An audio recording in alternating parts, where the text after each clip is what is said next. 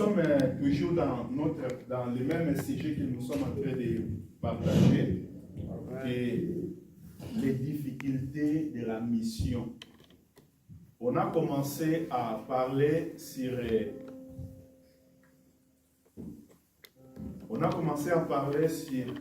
Matthieu chapitre 10. Matthieu chapitre 10, versets 23 à 24. Si on peut... Matthieu chapitre 10, 23 à 24 verset, nous lisons au nom de Jésus. Amen.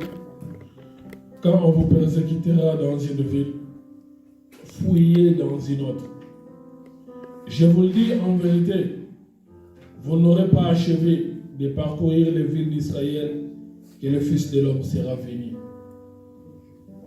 24 verset. Les disciples, 23. Ah oui, 24e verset. Les disciples n'est pas plus que le maître, ni le serviteur plus que son Seigneur. Ok, on a commencé là-bas. Après, on a lu aussi le livre de Matthieu chapitre 23.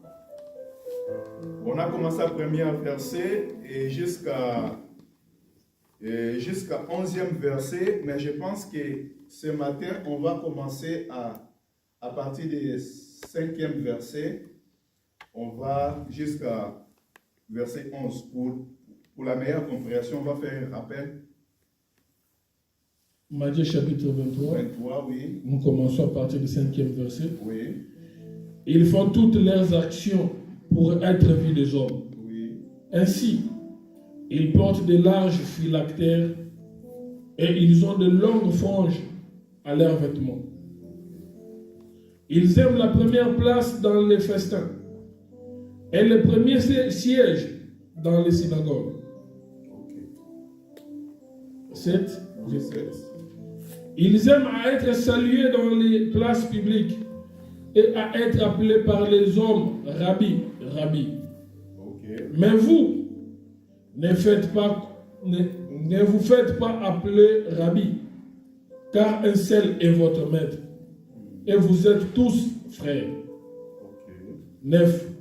Et n'appelez personne sur la terre votre père, car un seul est votre père, celui qui est dans les cieux. Ne vous faites pas appeler directeur, car un seul est votre directeur, le Christ. Et enfin, 11e verset.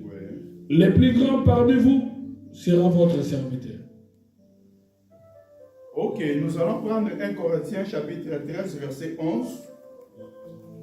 1 Corinthiens chapitre 13, 11e verset, nous lisons. Amen. Lorsque j'étais enfant, j'ai parlé comme un enfant. Oui. J'ai pensé comme un enfant. J'ai raisonné comme un enfant. Oui. Lorsque je suis devenu homme, j'ai fait disparaître ce qui était de l'enfant. Ok. 1 Corinthiens chapitre 14, verset 20. 14, 20e verset. Oui. Frères, ne soyez pas des enfants sous les rapports du jugement, mais pour la malice, soyez enfants, et allez, soyez des hommes faits. Éphésiens chapitre 4, verset 10 à 14. Éphésiens chapitre 4, verset 10 à 14, nous lisons. Amen. Celui qui est descendu, c'est le même qui est monté au-dessus de tous les cieux, afin de remplir toutes choses. Et il a donné les uns comme apôtres, les autres comme prophètes, les autres comme évangélistes, les autres comme pasteurs et docteurs, pour le perfectionnement des saints, en vue de l'œuvre du ministère et de l'édification du corps de Christ, jusqu'à ce que nous soyons tous parvenus à l'unité de la foi et de la connaissance du Fils de Dieu, à l'état d'homme fait, à la mesure de la stature parfaite de Christ, afin que nous ne soyons plus des enfants, flottant et emportés à tout vent de doctrine, par la tromperie des hommes, par leurs ruses dans les moyens de séduction. Ézéchiel chapitre 3, verset 17 à 21. Ézéchiel chapitre 3. Oui, verset 17 à 21. On a beaucoup de choses à expliquer. Je vais Ézéchiel rassembler. chapitre 3, 17 à 21. Je lis au nom de Jésus. Amen. Fils de l'homme, je t'établis comme sentinelle sur la maison d'Israël. Tu écouteras la parole qui sortira de ma bouche et tu les avertiras de ma part. Quand je dirai aux méchants, tu mourras. Si tu ne l'avertis pas, si tu ne parles pas pour détourner le méchant de mauvaise voie et pour lui sauver la vie, ce méchant vous mourra dans son iniquité et je te redemanderai son sang. 19. Si tu avertis le méchant et qu'il ne se détourne pas de sa méchanceté et de sa mauvaise voie, il mourra dans son iniquité et toi tu sauveras ton âme. Ok. Hébreux chapitre 12. Hébreux, Chapitre 12, Hébreux chapitre 12. verset 6 à 15. Car le Seigneur châtie celui qu'il aime, et il frappe de la verge tous ceux qu'il reconnaît pour ses fils. Supporter le châtiment, c'est comme des fils que Dieu vous traite. Car quel est le fils qu'un père ne châtie pas? Mais si vous êtes exempt du châtiment auquel tous ont part, vous êtes donc des enfants illégitimes et non des fils. 9. D'ailleurs, puisque nos pères selon la chair nous ont châtiés et que nous les avons respectés, ne devons-nous pas, à bien plus forte raison, nous soumettre au Père des esprits pour avoir la vie? 10. Nos pères nous châtiaient pour peu de jours, comme ils le trouvaient bon. Mais Dieu nous châtie pour notre bien, afin que nous participions à sa sainteté. Jusqu'à 15. Ah, jusqu'à 15. 11. Il est vrai que tout châtiment semble d'abord d'un sujet de tristesse et non de joie. Mais il produit plus tard, pour ceux qui ont été ainsi exercés, un fruit paisible de justice. Fortifiez donc vos mains languissantes et vos genoux affaiblis. Et suivez avec vos pieds des voies droites, afin que ce qui est boiteux ne dévie pas, mais plutôt se raffermisse. Okay. Recherchez la paix avec tous et la sanctification, sans laquelle personne ne verra Dieu. Et enfin 15. Veillez à ce que nul ne se prive de la grâce de Dieu, à ce qu'aucune racine d'amertume poussant des rejetons ne produise du trouble et que plusieurs en soient infectés. Là, c'est 13. 15. 15. Les mêmes Hébreux, chapitre 13, verset 7. Hébreux 13, Verset 7. 7. Jusqu'à. Souvenez-vous de vos conducteurs. Oui, 7. Après, tu prends 17. Souvenez-vous de vos conducteurs qui vous ont annoncé la parole de Dieu. Oui. Considérez quelle a été la fin de leur vie et imitez leur foi. Okay. 17. Je saute 17. Obéissez à vos conducteurs et ayez pour eux de la déférence, car ils veillent sur vos âmes comme devant à rendre compte. Qu'il en soit ainsi, afin qu'ils le fassent avec joie et non en gémissant. Ce qui vous ne serait d'aucun avantage. Que le Seigneur ajoute l'explication à la lecture de sa parole. Amen. Amen. Et on a fait beaucoup de lectures. On va rassembler tout ce qu'on a lu. Ce qui est important, nous sommes en train de parler sur les difficultés, parce qu'il y en a beaucoup, de la mission. Le Seigneur nous a envoyés, le Seigneur nous a confié une mission. Cette mission d'aller pour faire de toutes les nations les disciples du Seigneur, ses disciples. Mais pendant qu'il nous a envoyés, il nous a dit que étant que nous sommes disciples, il n'est pas plus grand que celui qui l'enseigne. Qui l'enseigne? C'est lui le maître. Que le Seigneur nous bénisse. Amen. Il nous a envoyés. Et pendant qu'il nous a envoyés, dans le livre de Matthieu, toujours chapitre 23, et là, le Seigneur, il était en train encore d'enseigner. Verset 1er, la Bible a dit qu'il enseignait la foule et ses disciples. Pendant l'enseignement du Seigneur, il y avait la foule, il y avait aussi ses disciples. Il est en train d'enseigner. Qu'est-ce qu'il est en train d'enseigner? Il a dit, écoutez l'enseignement que les scribes et les pharisiens donnent. Je vais lire version les Semères. La Bible a dit, verset 2, les spécialistes de la loi et les pharisiens sont chargés d'enseigner la loi transmise par Moïse. Faites donc tout ce qu'ils vous disent et réglez votre conduite sur leur enseignement. Notre conduite doit être réglée par rapport à quoi? Par rapport à les enseignements que les spécialistes, que les scribes et les pharisiens, ils sont en train d'enseigner. Mais ils enseignent quoi? Ils enseignent la loi que Dieu a donnée à travers Moïse. C'est-à-dire tout ce que la loi, Dieu nous a donné à travers Moïse, Dieu nous a donné pour que cet enseignement-là règle notre conduite. Que le Seigneur nous bénisse. Amen.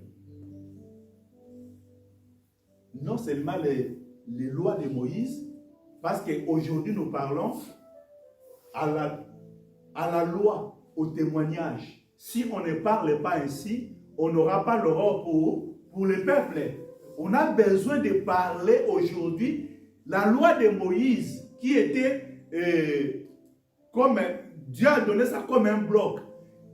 Moïse lui-même, il était conscient de dire que Seigneur suscitera au milieu de vos frères un prophète comme moi, c'est lui qui viendra pour vous expliquer, pour vous donner les détails des choses. Donc tous ces détails-là, Dieu nous a donné pour que tous ces enseignements-là règlent notre conduite. Notre conduite doit se conformer à l'enseignement que Dieu nous a donné.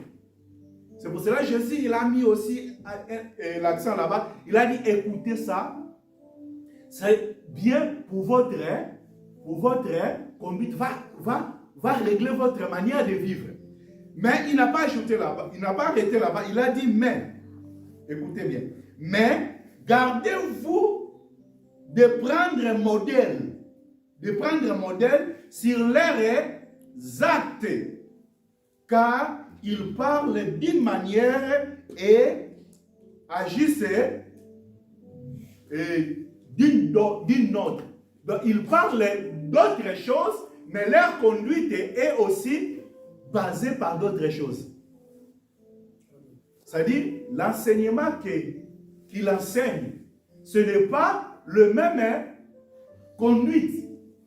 Il parle d'autres choses, il pratique d'autres choses. Nous sommes allés là-bas pour prendre quelques éléments qui vont nous aider. Et après il a commencé à donner les détails des comportements des scribes et des pharisiens. Ils aiment être salués dans le lieu public. Ils veulent occuper la première place dans le festin. Ils prolongent des discours. Ils portent les vêtements. Ils portent des vêtements. Je ne sais pas comment je peux expliquer ça. Comment je peux expliquer ça? Donc, le comportement des pharisiens, c'était comment? Ou des scribes. Chaque fois quand ils s'approchaient devant Jésus, ils ne venaient pas pour écouter, mais ils venaient souvent pour mettre des pièges, des questions qu'ils posaient devant le Seigneur. Ce n'était pas pour eux, pour avoir la vie, pour comprendre, mais pour mettre des pièges. Est-ce que vous comprenez? Il a dit, faites attention à toutes ces choses-là. Mais il est allé plus loin. Ils veulent être appelés les maîtres. Non seulement être appelés les maîtres, Mais ils veulent encore quoi? Et ils veulent, c'est verset 4, hein, le verset 5.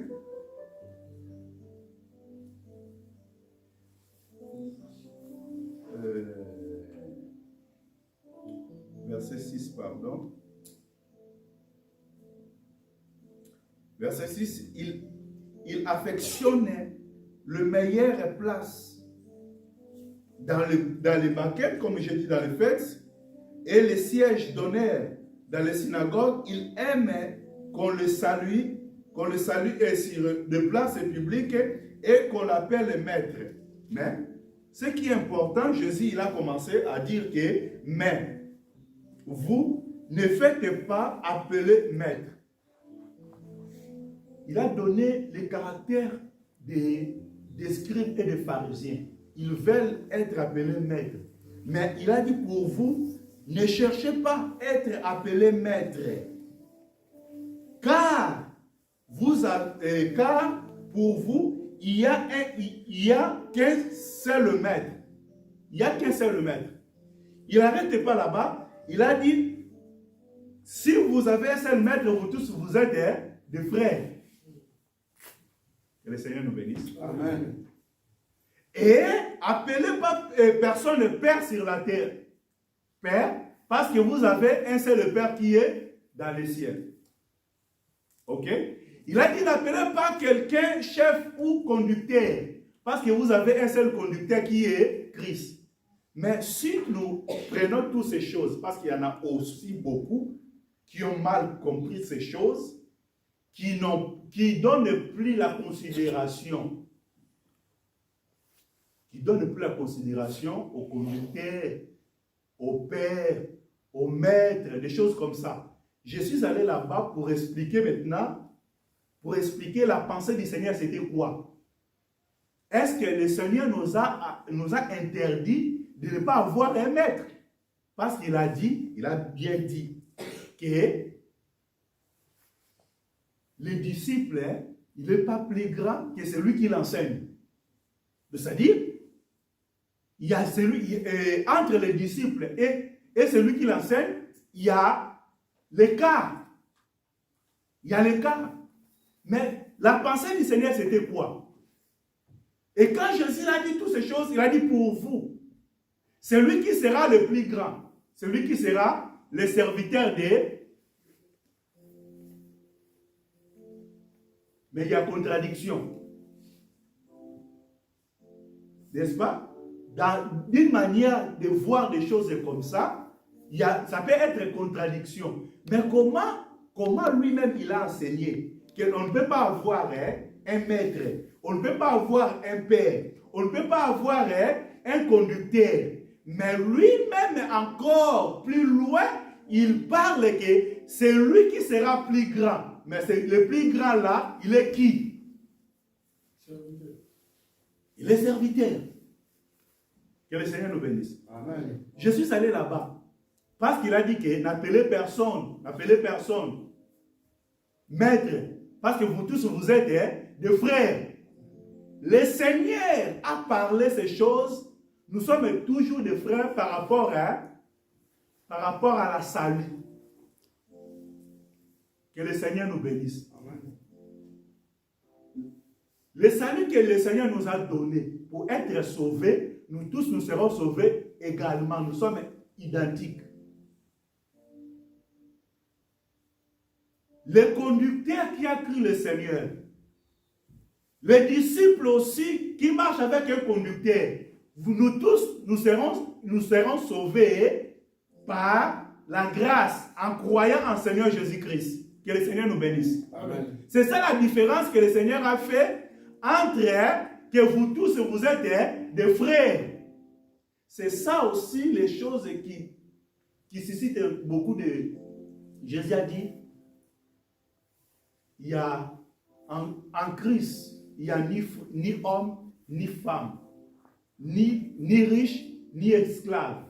Tout cela, mais quand on regarde comme ça, dans la vie naturelle, on a des hommes, on a des femmes, on a des riches, on a des pauvres, on a des gens élevés, on a des gens moins élevés. Dans la vie sociale, c'est comme ça. Mais quand la Bible dit qu'en Christ, il y en a plus ça, c'est la différence là, c'est par rapport à la position que Dieu nous donne quand nous approchons devant lui. Dieu nous accepte tous, tels que nous sommes. Que le Seigneur nous bénisse. Nous ne sommes pas différents par rapport à appartenir dans la famille de Dieu. C'est par rapport à l'héritage que nous avons obtenu par l'Abraham, notre Père. Que le Seigneur nous bénisse. Amen. Parce que nous tous, nous sommes sauvés à travers la foi. Il n'y a personne qui sera sauvé à travers une somme. Il n'y a personne qui sera sauvé à travers ses actes. Non. Nous tous, nous sommes sauvés à travers la foi. Pourquoi la foi? Parce que Dieu avait promis à Abraham que c'est lui qui est le père de la multitude. Dans cette multitude, c'est toi qui es riche, c'est moi qui est pauvre.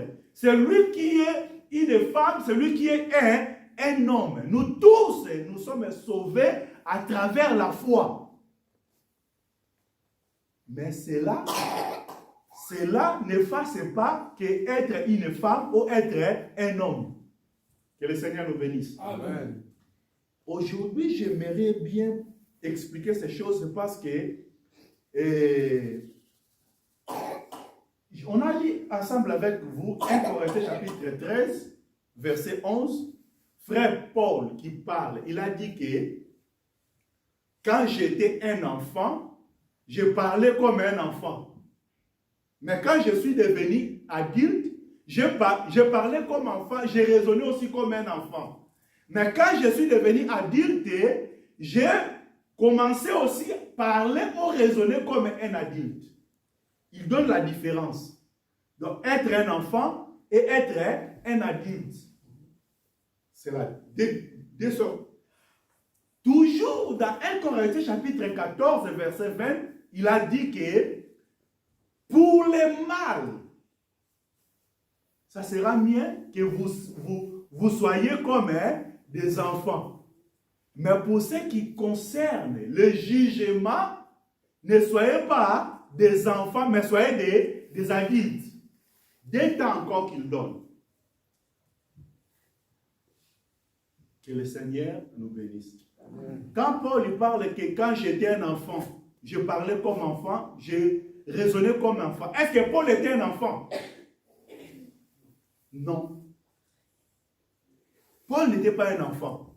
C'est pour cela, j'ai pris les deux versets là pour dire que Paul aussi, il donne des aspects qu'il parle du mal et qui parle du jugement, des choses.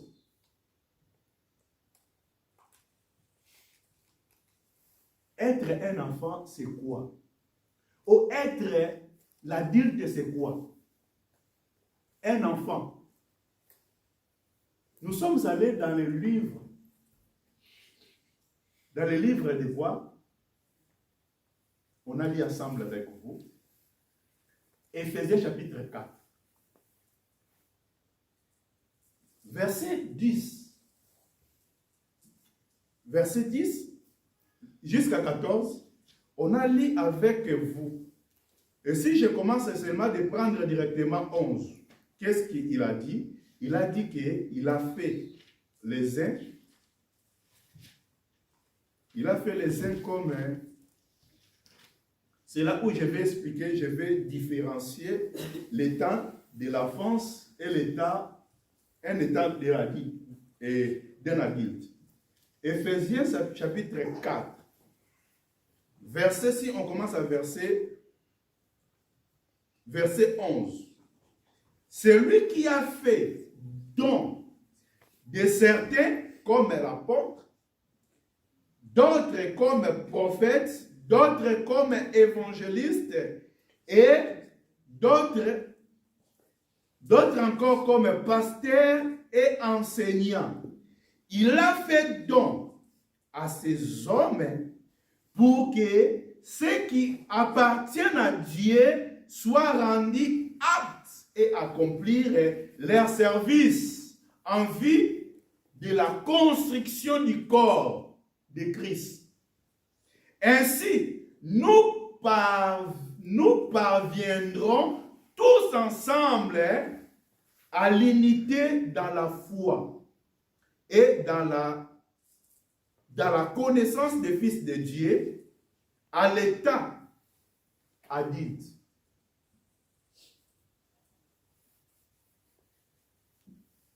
Là, c'est là où j'ai besoin d'aller pour expliquer l'état, être un adulte ou être un enfant. Pour être un enfant, pour être un adulte, c'est le Seigneur qui a pris les personnes. Les personnes là qu'il a pris, il a fait ces personnes-là comme les dons. Les dons, pourquoi? À travers les dons-là, c'est ces dons-là qui va travailler. C'est le Christ qui va travailler à travers ces dons-là pour rendre des personnes adultes. Donc quand je viens dans les choses de Dieu, je viens comme un enfant. Mais il y a un service. Ce service-là, c'est le Christ qui va faire ce service. Mais ce service-là, ce n'est pas tout le monde qui vont faire ce service-là. Mais il y a des personnes que lui-même a pris. Et ces personnes-là qu'il a pris, c'est lui qui a fait le don maintenant. Et ces dons-là, c'est le don qui va faire un service. Et le service de ces dons-là qui va rendre des personnes adultes. Que le Seigneur nous bénisse. Et ces dons-là, c'est celui qui sont les plus grands. Il a dit les plus grands, c'est eux qui seront dans le service des autres. C'est-à-dire, ce que le Seigneur a appelé, c'est eux qui sont les plus grands. Est-ce que vous me comprenez très bien? Le Seigneur nous a appelés tous. Nous tous, nous sommes des frères. Nous sommes sauvés tous. Mais parmi tous ceux qu'il a appelés, il a choisi les autres que lui-même qui a trouvé que sont les plus grands. Mais comme ils sont les plus grands là, leur travail pour servir les autres. Servir les autres là pour rendre ces autres là adultes. Que le Seigneur nous bénisse. Amen. Il ajoute quoi? Pour les rendre adultes à un statut où se manifeste toute la plénitude qui nous vient de Christ. Qui nous vient de Christ. Je vais continuer. De cette manière, nous ne serons plus des enfants. Est-ce que vous me comprenez bien? De cette manière-là, quand les dons-là que le Seigneur a choisis, il sera dans le service, leur travail, leur service pour rendre les autres aussi adultes, afin qu'ils ne restent pas seulement des petits enfants. De petits enfants quoi? Je suis dans le verset 14. 1 Corinthiens, et donc, Éphésiens chapitre 4, verset 14. De cette manière, nous ne serons plus des petits enfants ballottés comme des barques par les vagues et emportés ça et là par le vent de toutes sortes d'enseignements à la merci d'hommes habiles à entraîner les autres dans les rêves. Papa, tu peux lire encore dans les versions là? Éphésiens chapitre 4, oui. 14e verset. Ah oui. Afin que nous ne soyons plus des enfants. Oui. Flottant et emportés à tout vent de doctrine. Oui. Par la tromperie des hommes. Oui. Par leur ruse dans les moyens de séduction. Oui. Aujourd'hui, la séduction est là. Que le Seigneur nous bénisse. Amen. Dans ce monde, la séduction est là. L'erreur est là. Mais c'est l'erreur-là va balloter. C'est comme le vent qui va amener tout c'est comme il veut. Le vent, quand il vient, le bateau qui est dans l'eau, il suit le mouvement du vent.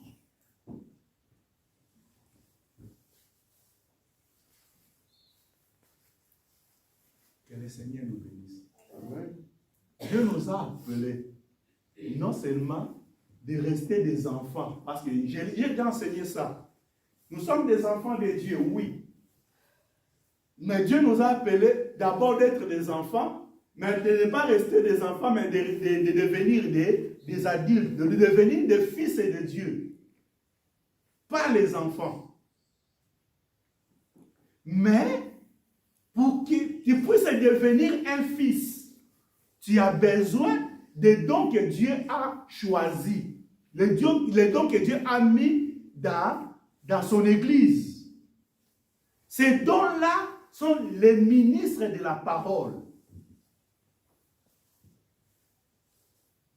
Est-ce que je suis clair jusque-là? Je vais maintenant reculer un peu pour aller dans le livre d'Ézéchiel.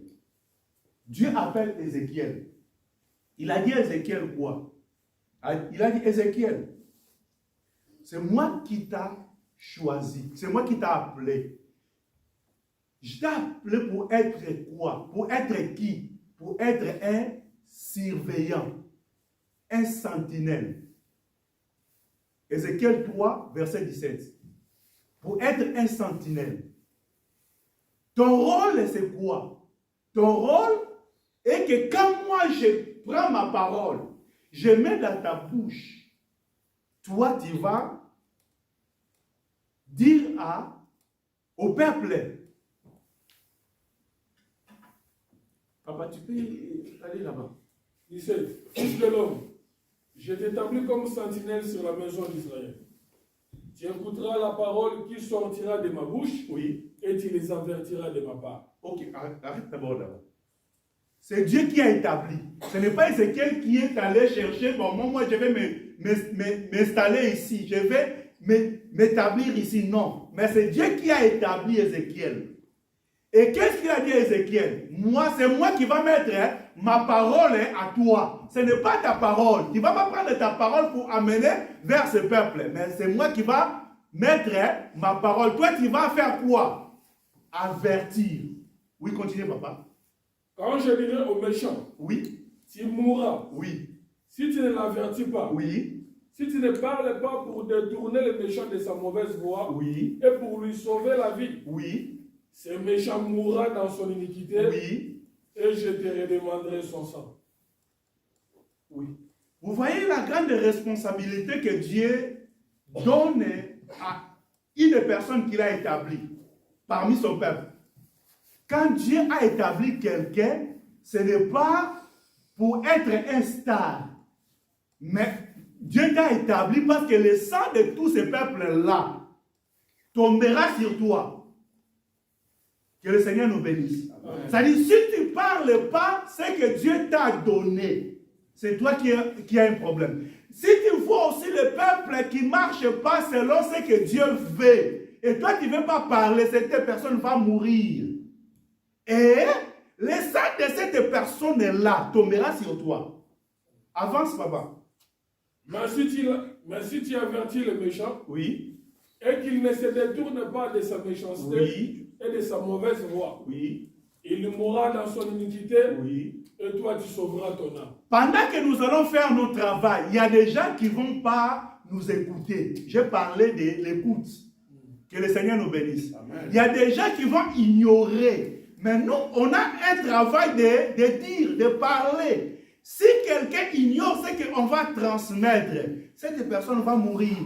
Mais son sang tombera sur lui-même, pas sur la personne que Dieu a établie. On continue encore. Si un juste se vainc, si un juste se détourne de sa justice, Oui. et fait ce qui est mal, Oui. je mettrai un piège devant lui et il mourra. Donc, si je suis injuste, Je marchais bien avec le Seigneur. Mais j'abandonne maintenant la voie du Seigneur. C'est le Dieu lui-même qui va mettre un piège dans ma vie. Et ce piège-là va me précipiter à la mort. On continue. Il mourra parce que tu ne l'as pas averti. Ah. Il mourra dans son péché. On ne parlera plus de la justice qu'il a pratiquée. Ah. Et je te redemanderai son sang. Donc la justice qu'il a pratiquée, il y a une mémoire. Mais Dieu va effacer toutes ces mémoires-là. Ne faut pas arrêter seulement pour moi. J'ai fait de bonnes choses pour Dieu. Même si je me détourne de Dieu, Dieu va toujours penser de mes bienfaits.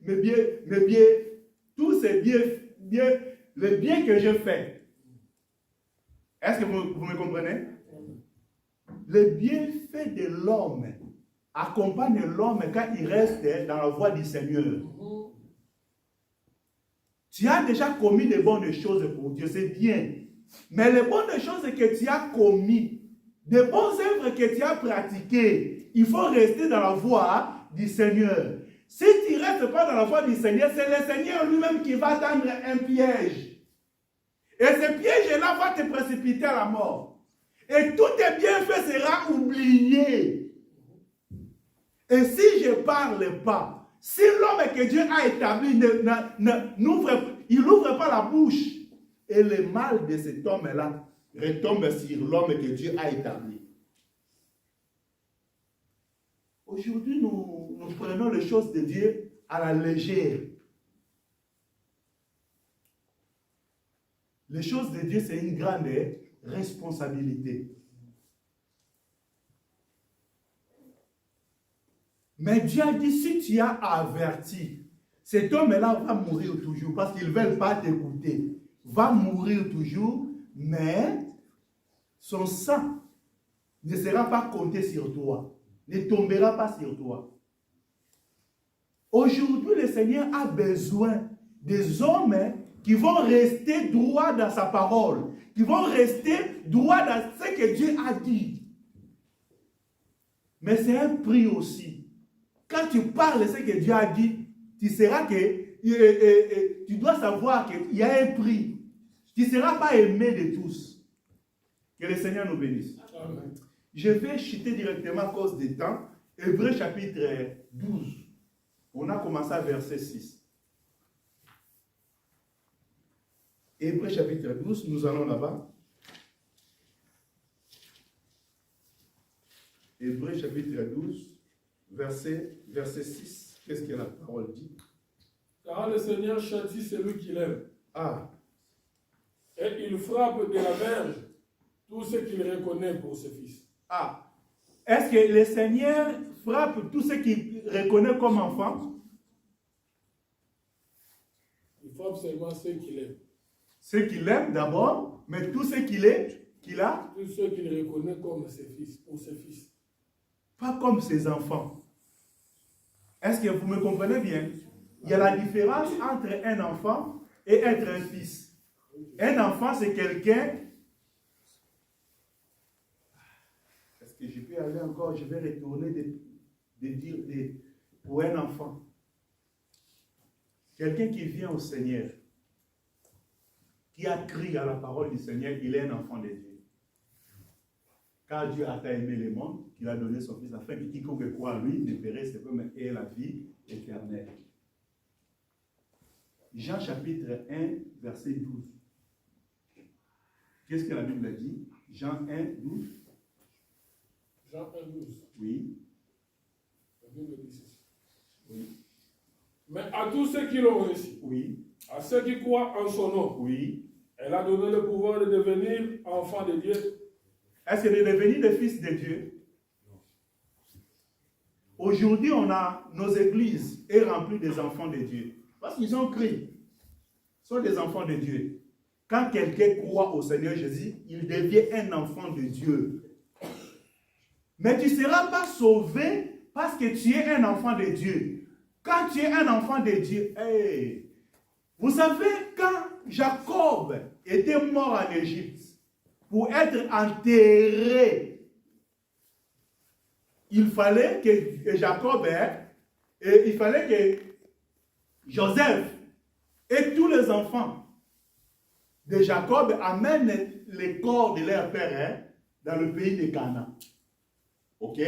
Mais la Bible dit, ils ont laissé en Égypte que les enfants et les animaux.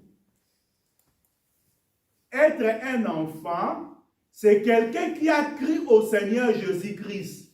Mais quand l'enlèvement, parce que enterrer Jacob au pays de Canaan, monter pour revenir encore, aller enterrer Jacob, c'est un acte de l'enlèvement. Je vous dis vrai, quand le Seigneur viendra pour chercher son église, seulement les gens qui sont matures qui iront avec lui. Les enfants, ils n'iront pas avec lui. Les enfants là que je parle, c'est les gens qui croient à la parole du Seigneur, mais ils restent des enfants qui ne grandissent pas. Pour bien expliquer, pour dire que tous ceux qui marchent selon le désir de la chair, ils ont cru, mais ils restent toujours dans le désir de la chair. Ils sont des enfants.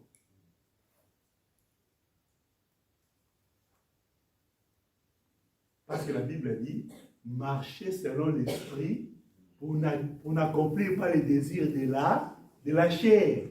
Nicodème, il est venu demander au Seigneur, qu'est-ce que je peux faire pour avoir la vie éternelle? Il faut naître. Ah, là, tu es un enfant. Mais après avoir naître, il faut que tu grandisses. Quelqu'un qui est grandi, quand je vous ai dit, quand Paul, il a dit, quand j'étais un enfant, je parlais comme un enfant, il était un adulte. Mais il fait la différence quand il marchait selon la chair et quand il va marcher maintenant selon l'esprit. Celui qui marche selon l'esprit, c'est celui qui est adulte. Celui qui marche selon la chair, c'est celui qui est un enfant. Amen. Les gens me diront à ce jour-là, Seigneur, Seigneur. Et leur dirai, je ne vous ai jamais connu. Bien-aimé, Dieu nous a appelés, non de rester des enfants, mais de devenir des adultes. Un adulte, un enfant. Bon, je vais rester encore un peu là-bas, parce qu'un enfant, si on dit que ça c'est mal, il a pris ça seulement, c'est mal. C'est fini, hein? Ok? Mais un adulte, si tu dis que ça c'est mal, oui, tu m'as dit que c'est mal, mais il va examiner. Est-ce que c'est mal ou c'est faux? Ou c'est pas mal? Vous voyez la différence? Un enfant, quand on lui dit que fais ça, il fait. Moi, je sais. Je pense que j'étais à l'âge de... je pense entre l'âge de 7 ans ou 9 ans. À Kinshasa. J'étais avec mon frère. On est en train de balader dans la rue. Il y a un monsieur qui nous a appelé, il nous a dit, allez, viens. Il y avait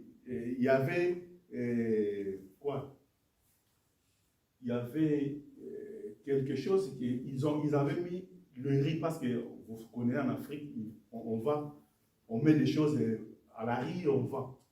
Il met les tables, il y avait une bac, il y avait du riz. Un bac, il y avait du riz. Il y a un monsieur qui nous a appelé, non, ça c'est tu vois les bacs là, c'est à moi. Va chercher ça et amène ça pour moi. Je suis un peu fatigué. Hein? Bon, comme un enfant, bon, on va obéir. C'est un grand qui nous a envoyé. Nous sommes allés pour prendre. Ils ont dit, hey, qu'est-ce que vous faites là? Et non, ce monsieur-là, quand on a regardé, il n'est plus là. Mais on a quand même fait parce qu'on est des enfants. C'est quelque chose qui est mauvais. On n'a pas aussi discerné est-ce que c'est à lui, ce n'est pas à lui. Non, comme un enfant, on a cru seulement. Comme il a dit, c'est comme ça. Nos enfants, c'est comme ça. Quand on dit que ça, c'est mauvais, si quelqu'un vient pour toucher, ils vont dire non, non, c'est mauvais, ne touchez pas. Pourquoi? Il n'a pas la distinction de juger le bien et le mal. Est-ce que vous me comprenez? Aujourd'hui, les enfants aussi, dans les choses de Dieu, il y a des gens qui restent toujours des enfants. Tous ceux qui l'écoutent, il reste là-bas. Est-ce que vous me comprenez? Il reste là-bas. Tout ce qu'il va écouter, c'est fini. Il croit ça, il fait ça. Mais un adulte, c'est quelqu'un, quand quelqu'un va communiquer. C'est pour ça que l'Église doit grandir. L'Église doit être à mesure de discerner ce qui est bien et ce qui est mauvais. Les chrétiens de Béret, ils examinaient les choses, même les enseignements. Ce n'est pas seulement quand je passe comme ça, je parle de choses, vous prenez tout, non, ça c'est pour les enfants. Mais ceux qui sont devenus des adultes, ils ont la capacité de trier ce qui est vrai, ce qui est faux, ce que je peux garder, ce que je ne garde pas. Aujourd'hui, dans nos églises, les pasteurs, ils veulent que nous restions toujours des enfants. Ah, vous êtes des enfants de... Non, dis non, moi je suis un fils de Dieu. Je ne suis pas un enfant de Dieu. Dieu attend de toi de devenir un fils. Un fils, c'est lui qui ne bouge pas devant toutes les vagues des enseignements ou des erreurs, des doctrines. Que le Seigneur nous bénisse. Amen.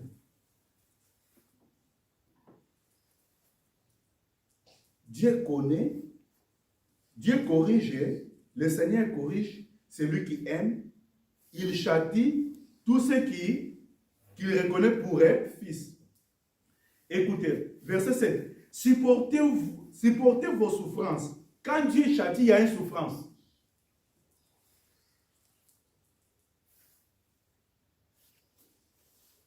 La Bible ajoute qu'elles servent à vous corriger. C'est en fils que Dieu vous traite. Je parle ça, je prends Dieu, non seulement Dieu. Aujourd'hui aussi, la croissance dans l'Église, ça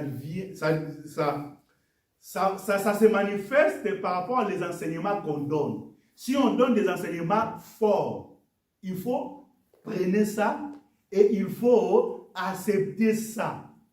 Les enseignements forts, c'est quoi?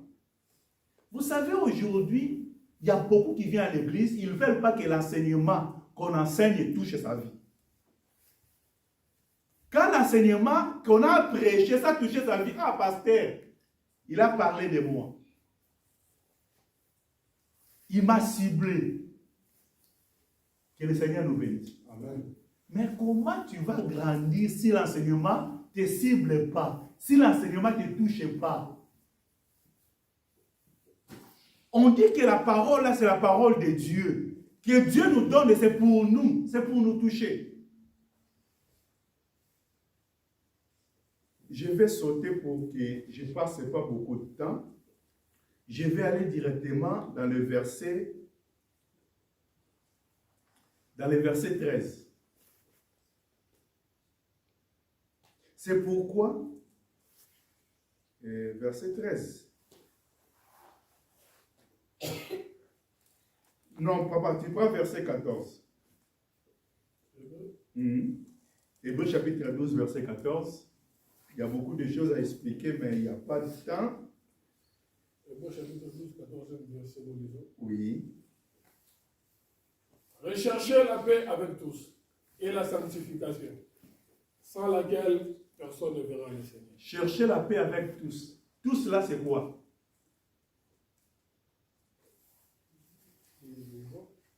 D'abord, c'est les Écritures. D'abord, c'est la parole. Cherchez la paix avec la parole. Avant de chercher la paix avec les hommes, tout cela, c'est Dieu d'abord. Or, Dieu, c'est la parole. Je parlais qu'il y a aujourd'hui, les gens qui parlent que non, aujourd'hui, pasteur m'a touché. Mais ces paroles-là t'ont touché parce que Dieu a besoin que tu fasses la paix avec ces paroles-là. Est-ce que vous êtes là?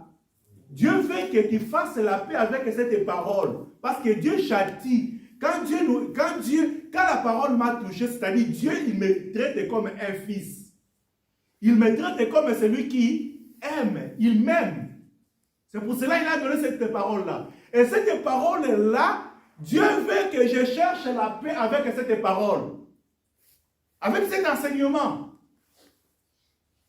Donc, la paix, chercher la paix avec tous, et on commence d'abord à chercher la paix avec Dieu, avant de chercher la paix avec les hommes. Moi, comme un prédicateur, quand je prêche, je vais chercher la paix avec Dieu. La paix avec Dieu, c'est quoi? La parole que Dieu m'a donnée, de transmettre ça, comme m'a donné. Quand je cache la parole de Dieu, c'est là où je ne cherche pas la paix avec Dieu. Est-ce que vous me comprenez bien? Il n'y a pas de prédicateur, il n'y a pas aussi de celui qui écoute. Chercher la paix avec tous, d'abord, on va commencer avec les Écritures. Les Écritures, nous croyons que c'est la parole de Dieu, c'est Dieu qui nous a donné. On ne peut pas trier les Écritures. On ne peut pas choisir l'enseignement qu'on peut enseigner ici, et cet enseignement, tu n'enseignes pas ça ici. Non, non, il y a des églises comme ça. Frère, tu es venu prêcher, tu vas prêcher ça et ça et ça. Ici, tu ne touches pas. Parce que quand tu touches là-bas, tu touches la vie des conducteurs. Tu touches la vie, parfois, le frère qui contribue dans l'œuvre du Seigneur. Nous sommes appelés de chercher la paix avec tous. Et de chercher aussi la paix avec chacun de nous. Dans l'assemblée. Sans laquelle personne ne verra Dieu. Verset 15. Veillez à ce que personne ne passe à côté. Personne ne passe à côté.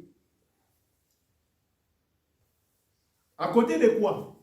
De la grâce. Dieu nous a appelés afin que nous travaillons afin que personne ne passe à côté. Il y a des gens qui viennent, la grâce est là, mais il va passer à côté. Veillez. Veillez. Qui va veiller? C'est d'abord les sentinelles. Sentinelles qui veillent. La mission que le Seigneur nous a confiée est que nous veillions à chacun de nous afin que nous ne passions pas à côté de la grâce. La grâce est là, mais on peut passer à côté. De passer à côté de la grâce. C'est-à-dire, quand quelqu'un écoute la parole, il ne considère pas ça comme la parole qui vient du Seigneur. Il passe à côté de la grâce. Et qu'est-ce qui va susciter dans cet homme?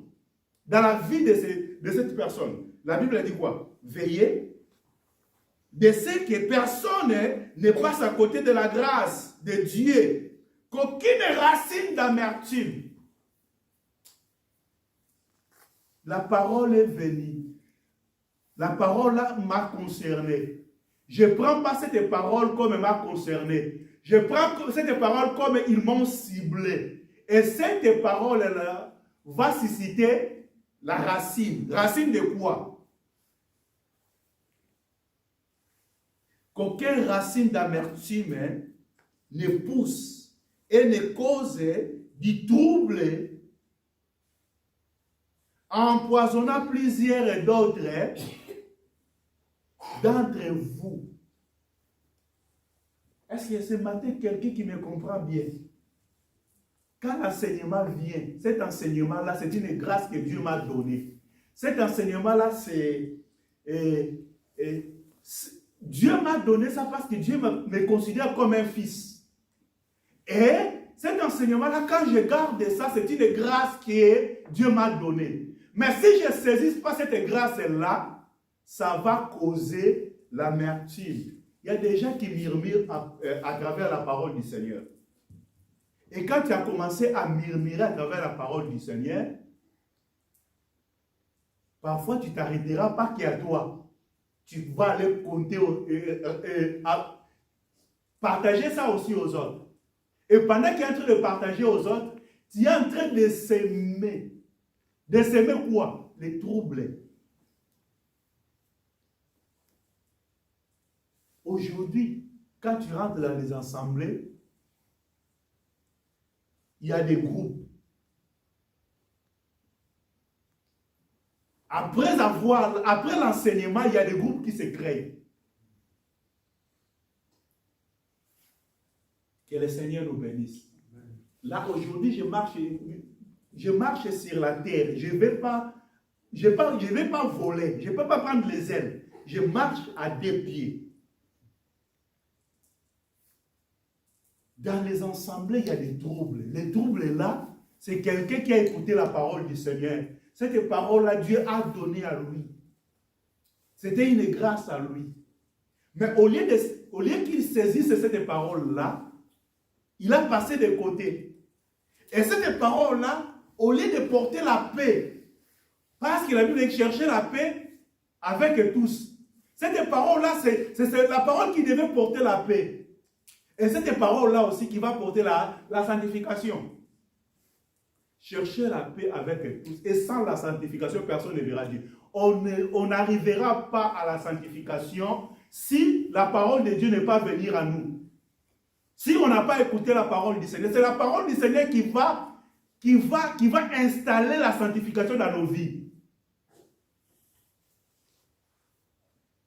C'est la parole du Seigneur. Mais si tu ne saisis pas cette parole-là, les mêmes paroles vont créer maintenant des racines. Des racines de quoi? D'amertume. Et ces racines d'amertume qui vont semer maintenant les troubles, non seulement à toi, mais contaminer aussi les autres. Que le Seigneur nous bénisse. Dieu nous a établis comme des sentinelles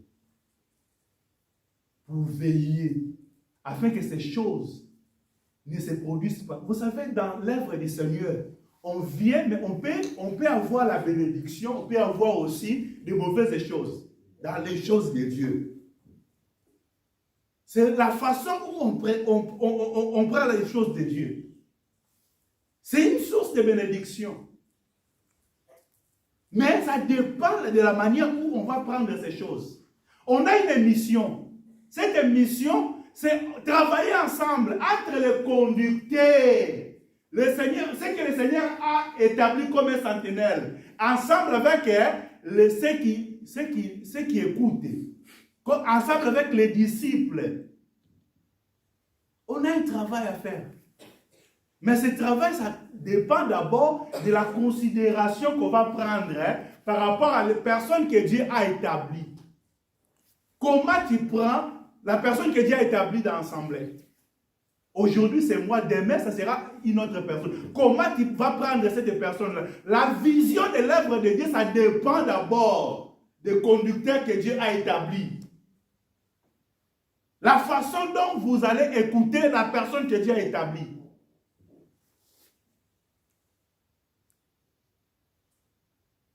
C'est pour cela que je vais chuter pour dire dans Hébreux chapitre 13, je vais directement verset 17 à cause du temps. La Bible a dit quoi? Obéissez à vos conducteurs. Ah, mais le Seigneur avait dit que vous ne pouvez pas avoir un conducteur. Mais ici, il a dit encore que obéissez à vos conducteurs.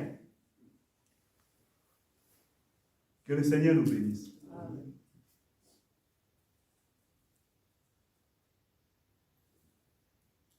Je n'ai pas touché même les pères, parce qu'on a besoin aussi d'avoir des pères. On n'a pas besoin de pères spirituels, mais on a besoin de pères dans la foi. C'est deux choses différentes. Le père spirituel, parce que nous tous, on a un seul père. Le père là, c'est Dieu. Mais dans la foi, on a besoin d'avoir un père. Est-ce que vous me comprenez bien?